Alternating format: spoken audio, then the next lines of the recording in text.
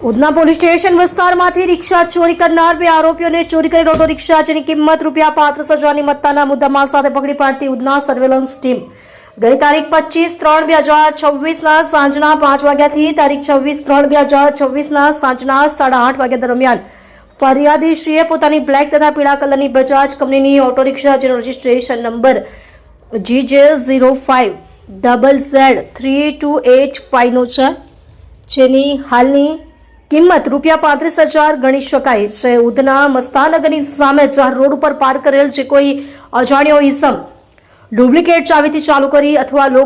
લોક તોડીને કે અન્ય કોઈ રીતે ચોરી કરી લઈ ગયેલ છે. બાબતે Udhna police station part 1 registered number 2026 ભારતીય સંહિતા 2023ની કલમ 303(2) મુજબ ગુનો રજીસ્ટર્ડ કરવામાં આવેલ. ઉધના પોલીસ સ્ટેશનના police inspector Shri S N Desai તથા પોલીસ ઇન્સ્પેક્ટર JS જાંબરેનાઓની સૂચના અને માર્ગદર્શન હેઠળ surveillance police sub inspector MK Isharani તથા police sub inspector Shri HZ પટેલનાઓના નેતૃત્વ હેઠળ હેડ કોન્સ્ટેબલ અરવિંદભાઈ ઉગાભાઈ તથા પોલીસ કોન્સ્ટેબલ મોહનભાઈ વાલાભાઈ નાઓએ બનાવવાળી જગ્યાના CCTV ફૂટેજ જોઈ તથા હ્યુમન સોર્સિસના આધારે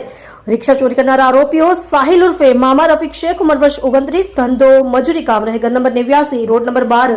મસ્તાનનગર, ઉધના, સુરત, મૂળ રહે મોમીન અલી ગલી મંદિરની બાજુમાં ચોપડા, તાલુકો ચોપડા, જલગાંવ, મહારાષ્ટ્ર તથા શાહરૂખ ઉર્ફે લાલા રઝાક પટેલ ઉંમર વર્ષ 34, ધંધો મજૂરી કામ, રહે ઘર number 103, road number 12, Mastannagar, Udhna, સુરતનાઓને ચોરી કરેલ ઓટો રિક્ષા સાથે પકડી પાડી ખૂબ જ સારી અને પ્રશંસનીય કામગીરી કરેલ છે.